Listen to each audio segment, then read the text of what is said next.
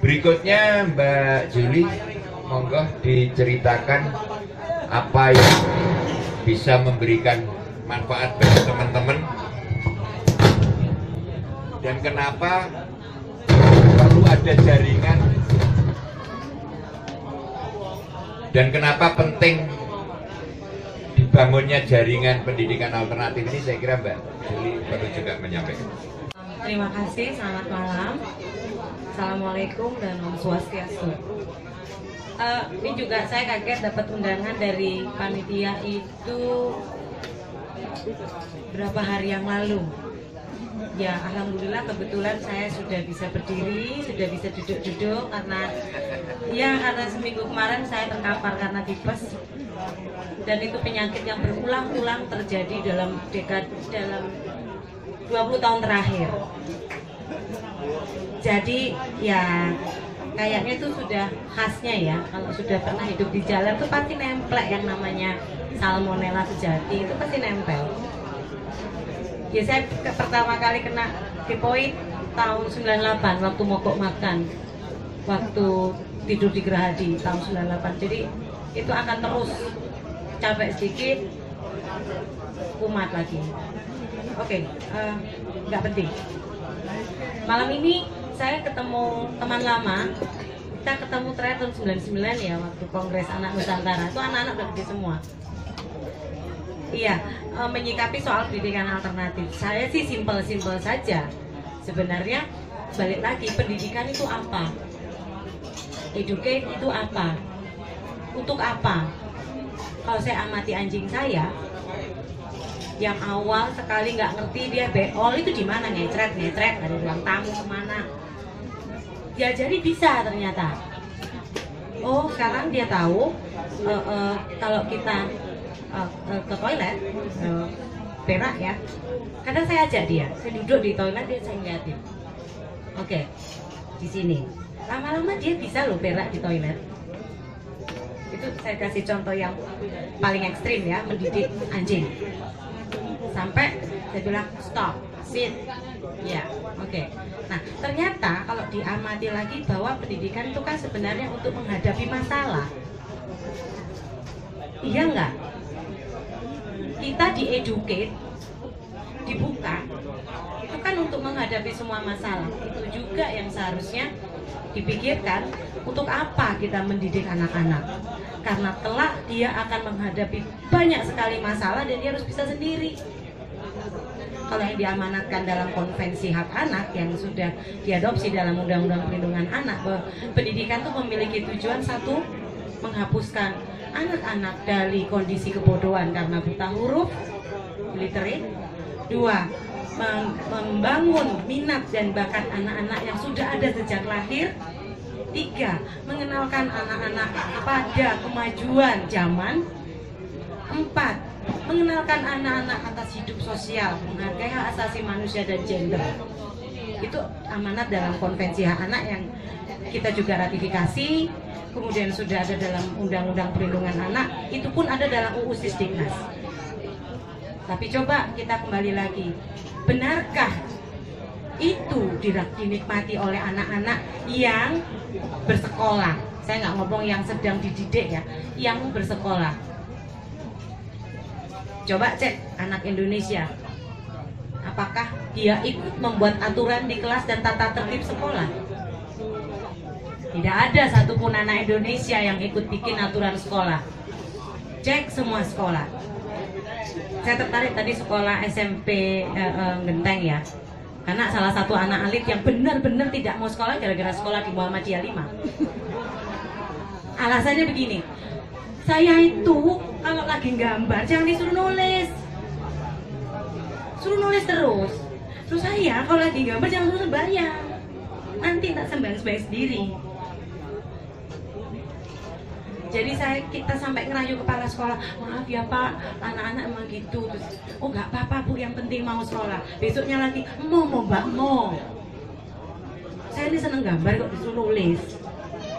Nah, ini yang tidak dipahami oleh mereka yang sistemnya menjadi seragam. Apa yang dikatakan oleh sistem di pusat itu sampai sekarang sampai PAUD, bahkan sampai RW itu kembar. Betapa jutaan anak-anak itu hilang keunikannya, talent skillnya yang diamanahkan dalam konvensi, bahwa talent skill itu harus didorong, tumbuh. Gusti Allah Maha Kaya, semua punya bakat sendiri-sendiri. Itu dipateni nang Indonesia, dimatikan karena seragam. Yen ra kembar Allah. Apa nih sing Allah? Suaramu beda. Nek beda iku Allah. Masa begitu? Itu yang terjadi. Kenapa ada puluhan anak-anak yang waktu itu hidup di jalanan kok tiba-tiba kelet sama saya? Kenapa? Karena seharusnya ketika anak-anak berdekatan dengan kita, mendidik itu 24 jam, bener Mas Sus. Ketika dengan kita adalah bagaimana menyelesaikan masalah. Anjing saya menghadapi ancaman, kalau kamu bodoh tak buang. Kamu jadi anjing jalanan, maka pinter. Jangan di dalam rumah. Bisa. Begitupun anak-anak, kalau kamu tidak bisa menyelesaikan masalah, kamu terbuang. Kamu tidak bisa hidup setara dengan manusia lain ketika apa-apa minta tolong, apa-apa jaluk. Itu yang terjadi. Tapi benar, anak-anak sekolahan saja yang tidak beraktivitas di luar sekolah, minta ampun susah sekali ngajarin. Beneran. Kami punya klub namanya Klub Atletik Troy. Isinya campur-campur. Anaknya wong sugih sampai anaknya ra duwe omah. Maksudnya tidurnya di jalan, di bawah jembatan, di kuburan, ada. Yang anaknya yang mobilnya 3 orang tuanya, ada. Gabung semua. Justru yang paling gampang dengan mereka yang hidupnya di jalanan, di kuburan. Hidupnya bebas. Jadi kalau kita ada acara sampai malam itu tidak takut. Kenapa? Loh, kan ada bintang. Kan ada bulan. Ngapain takut? Sedangkan yang rumahan, wis peteng wis bingung. Tidak ada sinyal bingung, tidak ada listrik bingung. Karena hidupnya sudah dipenuhi semuanya. Nah itu yang terjadi pada pendidikan kita, yang notabene saya nggak ngomong lagi nih pendidikan, bahwa pendidikan yang ada adalah sama dengan sekolah, menyempit. Kalau dalam konteks pendidikan sebenarnya mengeduket itu kan bagaimana menguatkan anak bisa ngadepin masalah. Apakah sekolah bisa ngadepin masalah anak-anak? Apakah anak-anak mampu menghadapi masalahnya kecuali masalah task force, PR? Berhenti di situ. Ini yang kemudian lahir gerakan-gerakan seperti yang kami lakukan. Salah satu titik kritis yang kami amati adalah bagaimana sekolah menjadi otokrasi yang sangat kuat, seperti pegawai bank yang mengisi jalanan-jalanan kosong di kepala anak-anak. Padahal setiap nyawa ditiupkan, dia sudah punya yang namanya willingness. Ya kan? Yang membedakan manusia dengan hewan adalah willingness. Bayi pun punya. Nek nggak punya, dia nggak ngerti putingnya bawain undi, masa nak putingnya bapaknya. Karena dia punya willingness. Semua manusia bisa mikir. Cuman tumbuh kembangnya kalau dalam tangga partisipasi itu tahapnya sampai di mana? Nggak mungkin dong bayi langsung kita suruh nyanyi, kan nggak mungkin. Tahapnya itu bagaimana pendidikan kita pada anak-anak mengiringi usianya, mengiringi tumbuhnya. Nah tumbuh itu ada 3, tumbuh kembang fisik, motorik, kognisi bahasa, dan yang kuliah-kuliah mental sosial. Sampai dolei ilmu sembarang mesti telu. Manusia tumbuh ada di 3 wadah, fisik, motorik, mental sosial, kognisi bahasa. Tumbuhnya akan mengiringi 3 itu. Nah kalau intervensi kita keliru-keliru, 3 tidak seimbang, pasti akan ada yang lemah. Akan lemah. Bahkan sekolah-sekolah ini guru olahraga dan guru kesenian ini saonoe. Bener nggak? Yang diutamakan guru mata pelajaran UN. Tapi guru kesenian dan guru olahraga, saya menggali ini di beberapa provinsi, rata-rata sekolah yang murah, negeri, desa, kampung, itu gurunya saonoe.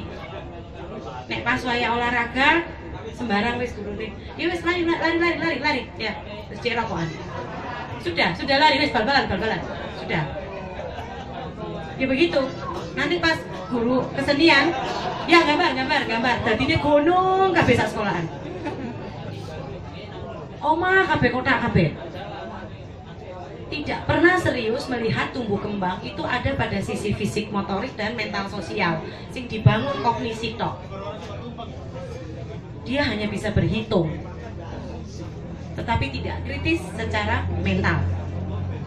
Tidak kritis. Saya tanya sampean semua, pasti kuliah oleh ijazah, nek gak sekolah meneh ya golek kerja, oleh kerja, lek gak oleh sekolah maneh entekno duit wong tuwa. Rabi nek payu. Jujur. Nah, pendidikan alternatif sebenarnya bagaimana mengembalikan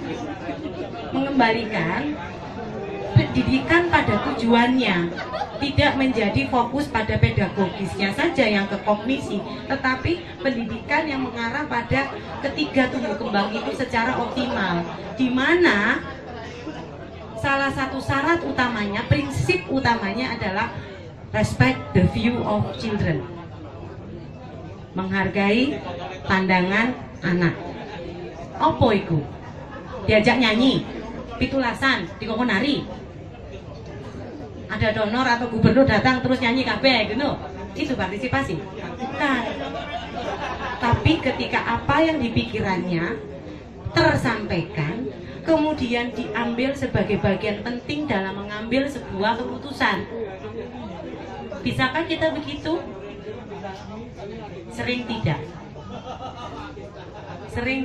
Kadang-kadang Anda semua dan saya lupa kita pernah anak-anak sih muangkel ngono lek wong tua ngomong apa beda dengan kita. Maksudnya kita enggak begitu, orang tua maunya beda lagi. Iku muangkel dan kita lupa kita pernah kayak gitu.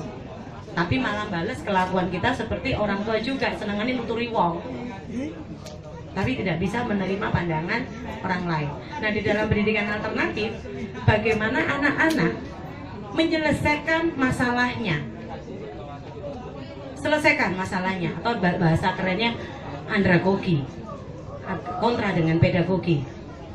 Wacana-wacana yang ditulis oleh Ivan Illich dan Paulo Freire ini cukup kritis untuk melihat bahwa pendidikan itu tidak menempatkan anak-anak sebagai objek kosong yang bodoh, tetapi menempatkan anak-anak sebagai subjek utama yang akan menjalankan hidupnya.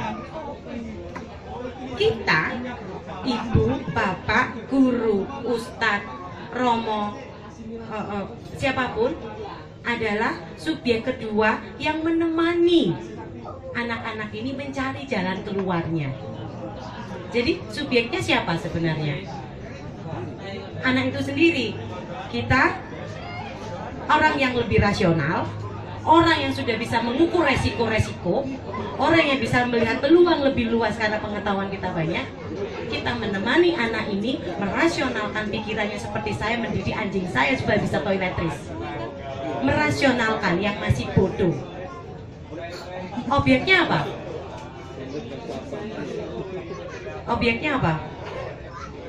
Ada yang bisa jawab? Subjeknya anak itu sendiri, bagaimana dia bisa menjawab semua masalah. Subjek kedua, kita yang menemani, yang lebih rasional, lebih berpengetahuan, lebih bijak, lebih tahu resiko. Objeknya apa? Masalah itu sendiri. Apa yang terjadi? Anak-anak jadi objek dari pendidikan yang kosong dan diisi terus oleh kita yang merasa lebih tahu. Tetapi anak-anak tidak mampu menyelesaikan masalah itu sendiri. Banyak loh kasus anak-anak bunuh diri, iya kan? Walaupun juara olimpiade, banyak. Bahkan atlet nasional yang waktu masa kecilnya juara-juara, terus cedera, terus bunuh diri. Banyak kasus orang tidak mampu menyelesaikan masalah, larinya kalau nggak bunuh diri narkoba, enggak mlebu masjid sampai sudah ketemu teroris, terjadi teroris, bunuh diri kan banyak kayak gitu, tidak mampu menyelesaikan masalah. Nah, pendekatan andragogi mengembangkan munculnya pendidikan alternatif. di mana semua subjek seperti kita, subjek kedua, memiliki hati untuk menemani anak-anak itu menjawab masalahnya sendiri. Termasuk masalah kalau nggak bisa baca, nggak ngerti ini apa maksudnya. Jadi anak-anak membaca karena ingin tahu, bukan wajib baca, tapi anak-anak ingin tahu ini isinya apa. Anak-anak harus belajar matematika, bukan karena anak-anak ingin bisa berhitung. Bagaimana caranya membuat mereka ingin membaca, ingin berhitung, bahkan ingin membuat percobaan fisika, bahkan inginnya banyak. Itu seninya mendidik. Yang kami lakukan macam-macam dan tidak mengandalkan dana dari manapun, apalagi harus formalitas disetujui negara. Kesuwen. Anak-anak beli linci 3-4 ekor di pasar Meratang, mati. Tuku meneh, mati meneh. Mikir kan? Jadi masalahnya apa? Kenapa kelinci Meratang matian? Dicari jawabannya. Sampai ketemu peternak, melaku-melaku jebut pucuke batu. Sampai ketemu, oh yang dijual di pasar Surabaya itu belum sampai, jangan dibeli. Loh, nyampenya umur berapa? Itu harus nyusui 2 bulan. Kalau 2 bulan cirinya gimana? Loh, wulune ndak gitu. Oh, kalau ndak sampai kenapa? Kembung. Dan suka dikasih makan wortel, itu juga tambah kembung. Oh, sampai akhirnya jadi peternak. Sampai kita bisa menjual anak-anak kelinci sampai ke Palangkaraya, Pekanbaru. Gila ya. Hanya karena tuku kelinci nang pasar Meratang mati, tuku meneh mati meneh. Selesaikan masalah itu sampai nemu kenapa kelinci matian. Sekarang banyak lagi tawaran dari beberapa perusahaan untuk buat sampah. Sampah dari perusahaan-perusahaan asing, perusahaan kosmetik asing. Sampah saya kuotanya segini. Kok banyak? Iya, ini dari Jawa Timur ada berapa ratus store. Kalau mau terima olahan tak kasih duit untuk ngolah sampah plus transportnya. Mikir gini, yo nek sampah cuma sak keranjang, ini 1 minggu 5 truk. Mikir kita, ya apa iki laraan 5 truk? Duh, ya bener toh. Angkane perusahaan sampai mau cukup lo tak bayar. Oke, mikir. Akhirnya kita ketemu sama pengepul ketemu si dua pabrik pengolahan plastik. Saya terima mbak, pokoknya 1 minggu 100 truk, lo tambah kurang. Saya terima dengan harga gini, pokoknya anak-anak bisa. Ada jawaban, bukan tidak ada jawaban, tapi tahapnya harus nambah lagi. Sampai kita bisa ekspor beberapa produk daur ulang ke Singapura, Malaysia, Bolivia, Jepang, kemana-mana dari larangan.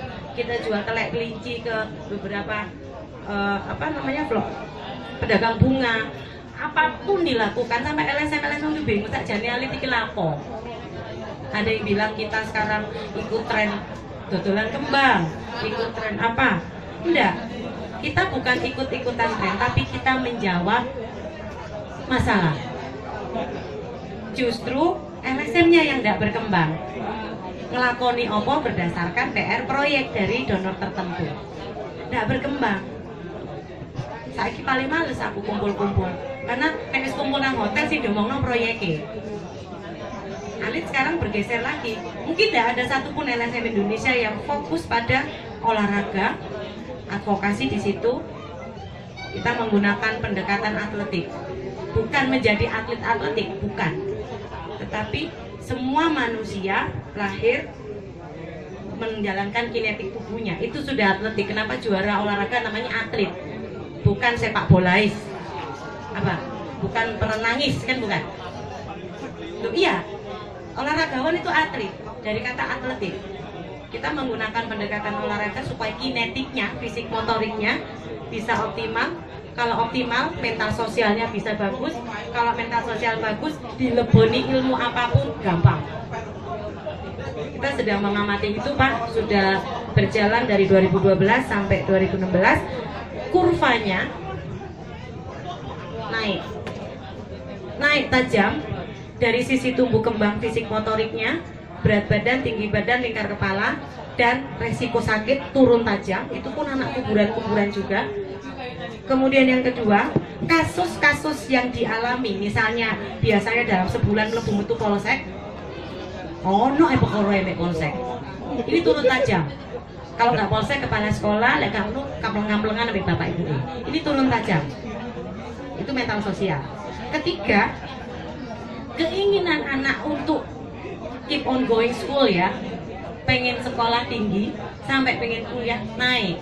Jadi misalnya tahun ini untuk anak-anak jalur prestasi olahraga terbaik di Surabaya itu dari anak kita, anak yatim, anak bakul jajan. Dan danemnya sama dengan anak-anak sekolah formal yang lain, SMP. Sekarang masuk SMA Negeri 1. Jadi kurvanya nggak kita hanya ukur sekolah di mana, bukan, tapi menghadapi masalah tukaran karo polisi, keluar masuk polsek, tukaran karo wong tuone, berkonflik dengan masyarakat sekitar, kemudian kasus resiko sakit karena frekuensi sakit ini drop semua, ini naik. Jadi nggak cukup sekolah formal atau nggak cukup cuma main di sanggar. Kita coba untuk membalansi dengan catatan respect the view of children. Jadi bagaimana caranya kita mendengar masalah mereka. Jadi nomor satu, mendengar masalah mereka, objeknya, dan menempatkan mereka sebagai subjek utama untuk kita temani menyelesaikan masalahnya. Intinya di situ saja. Mau jualan kelinci, mau dodolan telek kelinci, mau berteater, mau apapun bentuknya, intinya di 3 kunci itu.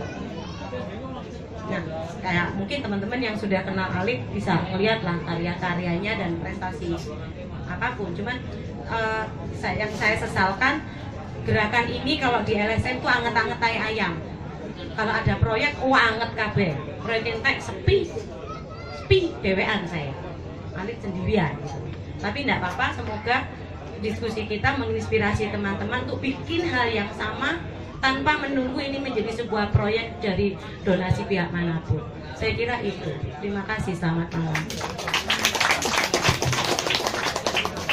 Ya, saya sih dari 2 paparan terdahulu kelihatannya ada kesimpulan yang agak menarik sebelum nanti Pak Dan masuk ya. Jadi kira-kira kalau pendidikan alternatif itu tujuannya membangun kecakapan menyelesaikan masalah, menghadapi dan memecahkan masalah. Kalau sekolah itu kecakapan menjawab soal ujian, kira-kira gitu ya. Nah, ini soal pilihan ini ya, bukan soal yang mana yang benar mana yang salah. Jadi kalau Anda punya anak kepingin punya kecakapan menjawab ujian, ya sekolahkan ke sekolah-sekolah yang konvensional itu. Tapi kalau kepingin anak-anak kita punya kecakapan untuk menghadapi dan memecahkan masalah, ya wis boleh ono Mbak Yuli Pak Asus barang ini gitu, atau di sendiri gitu kan ya, bikin sendiri gitu ya. Perkembangan itu sudah luar biasa, tapi memang secara umum kita harus mengakui pendidikan kemajuannya tersiok-siok kira-kira, sangat ketinggalan dengan perkembangan yang terjadi. Ada yang namanya Prof. Iwan Pranoto, ini guru besar ITB bidang matematik, sekarang menjadi atas pendidikan di New Delhi, India, ditugaskan negara di sana, memberikan gambaran yang menarik. Zaman dia kecil, saya dulu ada ensiklopedi gitu ya. Jadi ensiklopedi itu isinya pengetahuan berbagai macam gitulah. Kita ini mau mencari apa saja, jadi itu kamusnya pengetahuan, kira-kira begitu ensiklopedi itu. Nah, kita kalau maunya misalnya suatu saat ada soal gamelan gitu ya, kita ingin tahu sejarahnya gamelan, ya cari huruf di buku itu yang G, terus dibuka gamelan, di situ nanti ada cerita lah tentang gamelan apa saja. Ensiklopedi. Ensiklopedi ini isinya kan tergantung dari yang menyusun ensiklopedi itu gitu kan. Biasanya sampai 30 jilid gitu, misalnya ensiklopedia Britannica itu kira-kira 30 lah, Americana itu kira-kira 26 atau, tapi kemudian ada tahunannya itu untuk memperbarui update-nya itu gitu ya. Dan itu makan tempat itu. Tahun 90 berapa ya itu muncul Encarta. Ensiklopedia itu sudah dalam bentuk cakram ya, disk gitu ya. Nah, sehingga nyimpennya nggak apa, tapi tetap isinya itu dari yang membikin itu. Tapi sekarang nggak ada, nggak laku.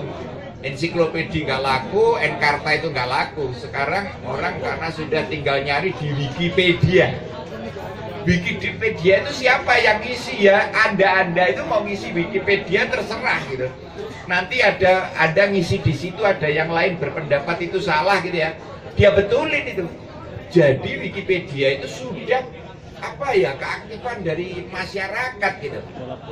Pendidikan mestinya begitu gitu kan. Dulu zaman Pak Dan ini SD gitu ya, kurikulumnya terpusat gitu kan. Semuanya dari Jakarta lah kira-kira, dari kementerian. Pada tahun 2006 ya, KTSP itu ya, 2004 atau 2006 Mas Rizky. Ya santaran kuilah kira-kira. Ya kira-kira gitu. KTSP itu kurikulum tingkat satuan pendidikan, artinya ada garis besar dari pusat, tapi detailnya yang membuat adalah sekolah. Jadi itu gabungan antara pusat dengan sekolah. Keluar kemudian tanpa ada penelitian KTSP itu harus diganti atau tidak, muncullah yang namanya kurikulum 2013. Itu mundur itu karena terpusat lagi, sekolah nggak terlibat lagi. Padahal sebetulnya kalau sudah KTSP, kalau mau diperbarui, maka bukan lagi pusat dan sekolah kurikulum itu, tapi pusat, sekolah, siswa. Nah, mestinya yang ketiga begitu gitu ya. Jadi setelah terpusat, tahap kedua adalah pusat dengan sekolah gitu kan. Tahap yang ketiga ya pusat, sekolah, siswa gitu. Harusnya begitu gitu ya. Tapi ini ditarik lagi mundur gitu ya.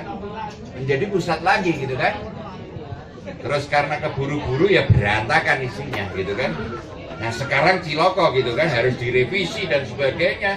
Mau dihapus tuh karena sudah keluar dana triliunan, kira-kira begitu. Ya sehingga buah si malakamalah, kurikulum 2013. Ini pengalaman terpahit sepanjang sejarah Indonesia sejak merdeka dalam pendidikan. Pengalaman terpahit ya keluarnya kurikulum 2013 gitu. Sebelum ke Pak Dan gitu ya. Nah, beliau-beliau yang sudah aktif ini enggak pakai kurikulum pusat malah lebih maju lagi. Yang namanya alternatif model pendidikan yang dikembangkan beliau-beliau, mereka bikin kurikulum melibatkan anak-anak. Intinya satu, bagaimana kemudian terasa bertumbuh kembang kecakapan menghadapi dan memecahkan masalah gitu. Nah, itu yang luar biasa. Sebelum ke Pak Dan, untuk bagaimana prediksi lah kira-kira abad 21 seperti apa. Abad 21 kan berjalan baru 16 tahun nih, masih 84 tahun. Nah ini kira-kira 2045 gimana dan sebagainya. Tapi sebelum itu supaya agak rileks, satu lagu, udah ada, lagi ya sudah, gini-gini ya gitu ya. Tapi sebelumnya saya ingin sampaikan Pak Sus kebetulan membawa buku yang ketiga ya Pak. Buku yang ketiga dan ada CD isinya karya binaan beliau. Sayangnya buku yang dibawa hanya 5, CD-nya 5. Nah, bagi yang membutuhkan buku 75.000, CD 75.000 juga. Gitu ya. Itu bisa di belakang. Tapi beliau hanya bawa 55 gitu ya, sudah rebutan saja gitu ya. Tapi nanti kalau misalnya habis terus masih ada yang butuh, tolong panitia belakang nyatet ya untuk dilayani deh pesenannya. Terus Mbak Yuli juga bawa buku gitu ya. Tapi 5 nanti ada beberapa yang dipakai door prize gitu ya. Kira-kira begitu ya. Nah, satu untuk saya sih. Ya, tapi bagi yang membutuhkan bukunya Mbak Yuli nanti pesen. Saya tidak tahu harganya berapa gitu ya. Saya kira buku-buku semacam ini penting gitu ya, karena ini menyangkut pengalaman, pikiran anak-anak juga, tapi juga pengalaman pengelolaan itu seperti apa gitu ya. Pak Dan ini juga bikin buku ini, cuman tadi nggak bawa ya Pak Dan ya? Nggak bawa. Bisa diunduh di Kiyo Baca Telkom. Harganya 2.000. Oh ya, jadi sudah online ini ya. Nah, jadi sudah berupa apa ya, e-book gitu ya, tinggal murah kalau ini 2.000 gitu ya. 2.000 20.000 karo lah gitu ya. Nah, tinggal di print sendiri gitu ya. Saya kira ini itu benar? Nggak bisa? Hah? Kalau gitu langsung Prof Dan, monggo dilanjutin.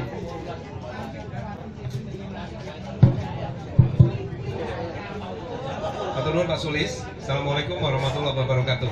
Waalaikumsalam. Selamat malam. Saya mohon izin untuk berdiri ya karena bokongnya mulai panas. Dari Madura dari mana? Dari Kediri. Bangkalan. Bangkalan Pak Sulis. Oh. Tadi saya ingin menambahi sebenarnya kecakapan yang penting itu kecakapan bertanya. Iya betul. Jadi anak-anak kita ini yang di sekolah itu latihannya latihan menjawab, bukan bertanya. Padahal yang penting seorang calon dokter itu katanya itu harus bisa mengajukan pertanyaan yang belum pernah ditanyakan orang lain. Gurunya gak bisa jawab. Baru bisa lain disebut dokter, calon dokter. Ya, ya. Jadi menurut pendapat saya posisi saya terhadap sekolah sudah sangat jelas. Sekolah itu sudah menjadi masalah. Jadi dia mulai merusak. Jadi kita harus hentikan monopoli sekolah itu. Jadi dia sudah merusak. Seperti gula darah itu. Kita membutuhkan gula darah, tapi sekarang sudah mulai kebanyakan. Lalu ada sel-sel lain yang mulai dirusak, terutama keluarga dan masyarakat. Ini makanya pendidikan alternatif itu jadi penting karena sekolah itu satu institusi yang bersama dengan televisi itu saya sebut sebagai institutional duo ya, yang sangat merusak. Ya, sekarang ini situasinya sudah seperti itu sehingga harus ada langkah-langkah. Saya kira gerakan oleh Pak Yesus dan Mbak Yuli ini dan teman-teman lain saya kira ini penting, ini satu keharusan. Jadi ini situasinya situasi perang sebetulnya. Sekolah itu instrumen teknokratis, bukan sembarang lembaga. Dia itu sebuah automatic mesin yang otomatis. Guru itu tinggal naik aja ke sekolah tadi, numpang. Dan arahnya nggak jelas ini sekolah ini. Ya tadi, anak-anak nggak ikut menentukan tujuan sekolah. Dia sudah menjadi mesin otomatis, banyak orang menumpang di mesin itu. Melindas banyak hal. Kreativitas, keunikan anak, hilang. Sir Ken Robinson mengatakan bahwa sekolah salah satu lembaga yang paling bertanggung jawab atas krisis sumber daya manusia di abad 20. Jadi dia bukan, sekolah itu bukan lembaga biasa. Dia itu menyedot anggaran begitu banyak. Jadi kalau kita lihat 40 triliun anggaran Kementerian Pendidikan, kira-kira 35 triliun lebih untuk sekolah. Tidak ada dana untuk pramuka, ya, untuk sanggar, tidak ada lagi. Habis di sekolah.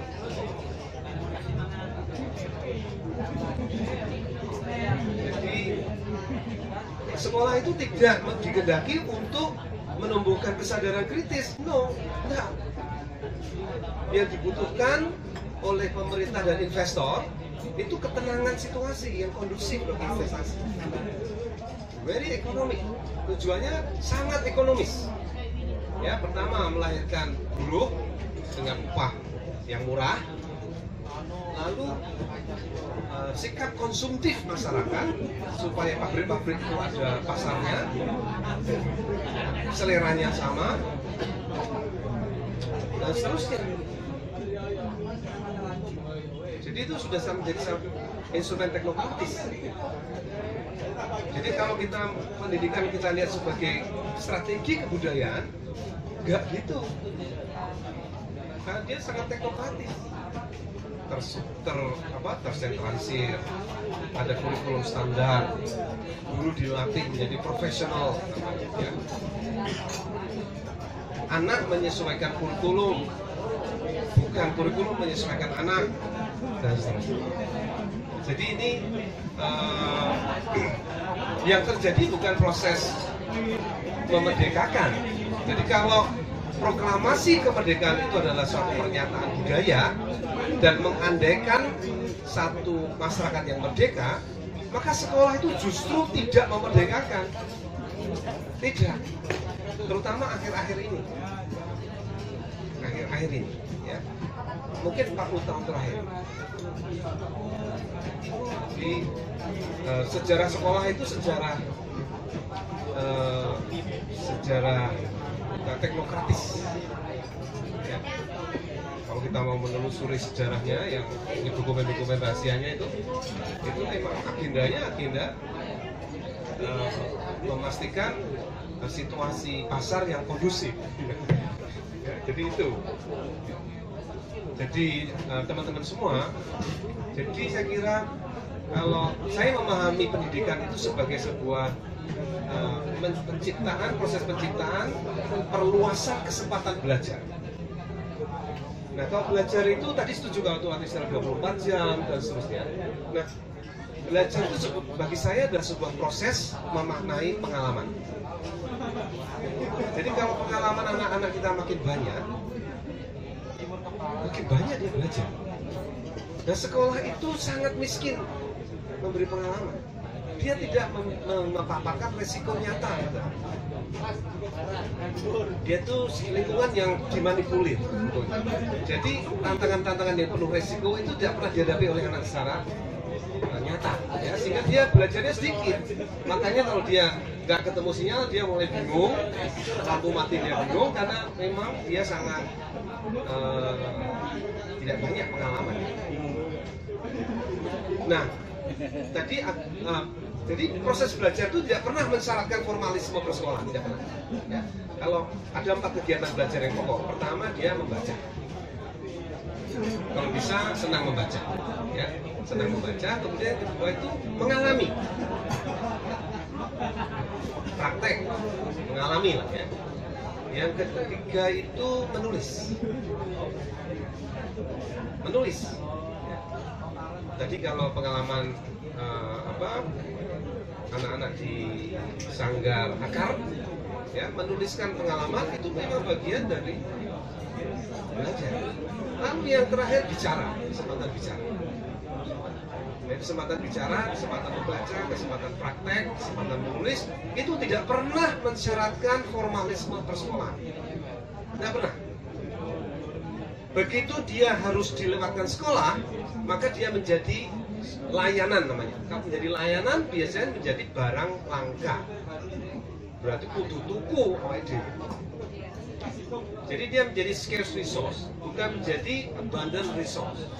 Bukan menjadi sumber daya melimpah. Nah, kalau belajar itu bebas, itu malah melimpah. Tapi kalau harus lewat sekolah, malah barang langka. Nggak bisa. Jadi saya kira justru kalau kita mau memastikan kesempatan belajar yang luas sesuai dengan bakat dan minat anak-anak kita, maka kita harus kurangi pendekatan ke sekolah ini. Harus kita kurangi jam sekolah pertama. Ya, jangan sampai anak itu sekolah sampai sore. Apalagi di asrama kan. Sertifikasi rusak Pak, 24 jam Pak. Memang guru itu salah satu penghambat yang terbesar. Guru profesional itu hambatan terbesar dalam proses belajar anak. Yang dibutuhkan anak dalam belajar itu ibu, bukan guru. Ibunya yang pertama, bukan guru. Apalagi guru profesional yang minta jam belajar tertentu, ya. Iya, 24 jam. Jadi guru itu hambatan. Karena banyak sekolah itu hanya tempat guru mengajar, bukan tempat murid belajar. Jadi jangan lihat kalau guru mengajar, anak-anak langsung belajar, belum tentu. Guru bekerja. Jadi saya kira pendidikan alternatif itu harus memang. Saya tidak. Jadi kalau Pak Jokowi bicara tentang revolusi mental, kita harus adakan revolusi institusional. Jadi institusinya yang harus kita pandang secara kritis, lalu kita kembangkan institusi baru. Jadi sanggar-sanggar seperti jenengan ini itu satu kebutuhan sekarang ini. Ya. Anak-anak kita itu dari 10 anak yang cocok dengan model sekolah, Pak Suli kalau kita bicara model, itu cuma ngomong loro tok. 8 nggak cocok. Lebih senang belajar secara bebas. Jadi kalau anggaran yang sedikit di kota ini habis untuk sekolah, banyak anak kota ini dirugikan. Lebih senang mereka itu ada kesempatan nyambut gawe. Nyambut gawe di sinau. Jangan dipikir kerja itu tidak belajar. Pak Suli, ada running text di India. Parlemen India barusan mengizinkan anak-anak usia sekolah untuk bekerja. Ini bertentangan dengan undang-undang anak yang diperjuangkan oleh Mbak Yuli. Tapi itu perspektif Barat yang sangat sekolah itu. Sekolah itu diciptakan oleh Barat ya untuk kejayaan industri, zaman industri itu. Anak bekerja itu belajar. Kalau dia membantu ayahnya pergi melaut untuk cari ikan, itu belajar banyak di laut. Kalau dia membantu orang tuanya ke sawah untuk bercocok tanam, ke sinau wakil. Jangan dipikir sinau ini mau di sekolah. Gak benar itu. Nah, kalau dia pulang dari sawah kemudian pergi ke sebuah tempat di mana dia bisa ketemu dengan guru, lalu membaca tentang sawit, tentang kopi, di mana dia tinggal di kebun kopi, itu belajar. Saben dino garap sawah, moco buku tentang sawah, bicara tentang sawah, dan menulis tentang sawah. Dia akan menjadi ahli. Nggak perlu kuliah, nggak perlu sekolah. Jadi saya kira, jadi pendekatan. Nah, dalam proses memaknai pengalaman itu, anak-anak itu perlu dilatih dua kepekaan. Pertama, kepekaan ruang. Yang kedua, kepekaan waktu. Nah, kepekaan ruang dan waktu itu hanya bisa diasah melalui bermain. Gitu. Jadi saya setuju dengan Mbak. Pendekatan olahraga itu bagus. Berenang, api itu, bal-balan, naik kuda, naik kuda, berenang, saiki. Nah, nanti kalau banyak yang butuh kan murah. Ya? Jadi, tapi ada belajar memanah. Tapi ada pesantren Mas Budi. Anak-anaknya itu belajar memanah dan naik kuda. Kalau polisi diarani latihan teroris.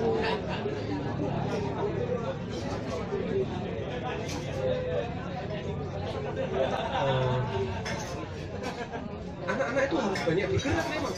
Dia belajar banyak dengan bergerak. Kalau dia dipaksa duduk seperti jenengan saiki ora tahan, nggak bisa. Apalagi berjam-jam. Jadi anak itu belajar maksimum optimal dengan bergerak. Jadi saya kira nih ya, saya ingin kembali ke pendidikan yang memerdekakan. Jadi kalau belajar itu suatu proses memaknai pengalaman, sebetulnya ini persoalan membentuk aku yang unik. Nah, kalau aku ini bertumbuh, dia dengan interaksinya dengan lingkungan dan orang lain itu membentuk akunya, maka kita memerdekakan dia, karena akunya itu muncul. Berarti keunikannya, keakuannya itu kalau kita minta dia menjadi orang-orang yang merdeka dan kemudian bisa memecahkan masalah, nah itu pendidikan yang kita butuhkan. Saya kira ke depan ini menurut pendapat saya kita perlu perkuat institusi-institusi seperti ini, ya, dan juga keluarga. Keluarga ini institusi yang terpenting yang harus kita pertahankan. Jangan sampai dia lumpuh. Berarti keluarga itu harus mengambil peran-peran mendidik. Karena dia itu LSM, semacam LSM. LSM yang terpenting itu keluarga. Tetapi pijakan keluarga itu sangat kuat karena dia dipijakan pada akad nikah. Iya, sangat kuat, lebih kuat dari ikatan undang-undang. Jadi undang-undang Sisdiknas itu dibanding akad nikah kalah makomi. Iya, itu landasannya landasan konstitusi bukan undang-undang. Loh, kok arek anak dewe diserah oleh guru sing apa dia nggak kenal, ya? Itu kan hanya orang gila yang melakukan. Mestinya tanggung jawab dididik anak itu adalah orang tua, bukan orang lain. Jadi negara harus minta izin orang tua kalau mau minta anak itu disekolahkan. Kalau gurunya kompeten, oke, sertifikat. Kalau nggak, tunggu dulu, ya. Nah, jadi korban. Jadi saya kira kita membutuhkan satu agenda baru, satu model pendidikan baru yang cukup beragam Pak, memang ya. Dan kita harus melihatnya sebagai satu learning opportunity bagi setiap warga muda untuk menemukan dirinya sendiri, untuk kemudian mereka bisa menyambut masa depan. Jadi pendidikan itu harus menyiapkan ke masa depan yang penuh ketidakpastian dan ketidakjelasan. Jadi anak-anak itu harus dilatih menghadapi ketidakpastian dan ketidakjelasan. Sehingga pendidikan seni menjadi penting. Ya. Pendidikan seni itu penting nih untuk bisa mengatasi ketidakpastian masa depan dan ketidakjelasannya ini. Olahraga, jadi untuk memberi pengalaman ruang dan waktu tadi. Saya kira demikian Pak Sulis. Terima kasih. Assalamualaikum warahmatullahi wabarakatuh. Waalaikumsalam.